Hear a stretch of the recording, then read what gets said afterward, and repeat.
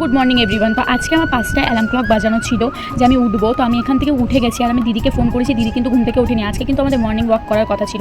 তো গাইজ আমি একা কী করে যাই। আর আমার টুঙ্কু বাবা দেখো, যে মেন মানুষটা টুঙ্কু বাবা, সেও কিন্তু উঠে গেছে আমার সাথে। আর এ কিন্তু ঘুমায় না, জানো তো। আমি উঠে গেলে কিন্তু এও উঠে যায়। দেখো কীভাবে ক্যামেরার সামনে, মানে ক্যামেরার দিকে তাকিয়ে রয়েছে। সকাল সকাল ঘুম থেকে উঠলে কিন্তু আমার খুব খিদে পায়, যেহেতু আমার ভিটামিন ওষুধ চলছে।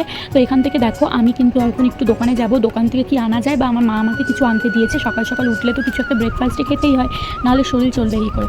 তো ব্রেকফাস্টে আমি ভাবছিলাম যে একটুখানি চিড়ে বানাবো, নাহলে কিছু একটা। দেখো বন্ধুরা, এখান থেকে কিন্তু আমি দোকানে পৌঁছে গেছি। আর জানো তো, দোকানে আসলে আমার মনেই পড়ে না কী নেবো না, মানে বুঝতেই পারি না আমি। তো এরকম কার কার সাথে হয় অবশ্যই কমেন্ট করে জানিও। তো এখানে তোমরা দেখতে পাচ্ছ আমি কিছু সামগ্রী নিয়ে নিয়েছি, আর ওইটা নিয়ে কিন্তু বাড়ি চলে আসবো। এখানে কিন্তু আমার জেঠির সাথে দেখা হয়ে গেল, কারণ জেঠি গেছিলো বাজারে। আর জেঠি কিন্তু আমাকে বকছিল যে তুই নাকি সকাল সকাল উঠবি। কিন্তু আমি তো জেঠিকে বললাম যে আমি কিন্তু ঠিকঠাকই উঠেছি জেঠি, দিদি উঠতে দেরি করেছে বা দিদি উঠতে পারিনি, যার জন্য কিন্তু আমাদের মানে মর্নিং ওয়াকটা হয়নি। তারপরে কিন্তু আমি বাড়ি চলে এসেছি। বাড়ি চলে এসে আমি তোমাদের আগেও বলেছি যে আমার খুব খিদে পাচ্ছিলো, তার জন্য আমি বাবুজি কেকটা খেয়েছি। আর এই জানো তো, এই বাবুজি কেক কিন্তু আমি অনেক আগে খেতাম, যখন আমি স্কুলে পড়তাম। তোমরা এটা মনে করো না যে আমি কেক খাই না, আমি কেক অবশ্যই খাই, কিন্তু বাবুজি কেকটা খাওয়া হয় না। তোমরা তো আবার ছোটো ছোটো জিনিসে খুদ ধরো, তার জন্য আমি বলে দিলাম টাটা।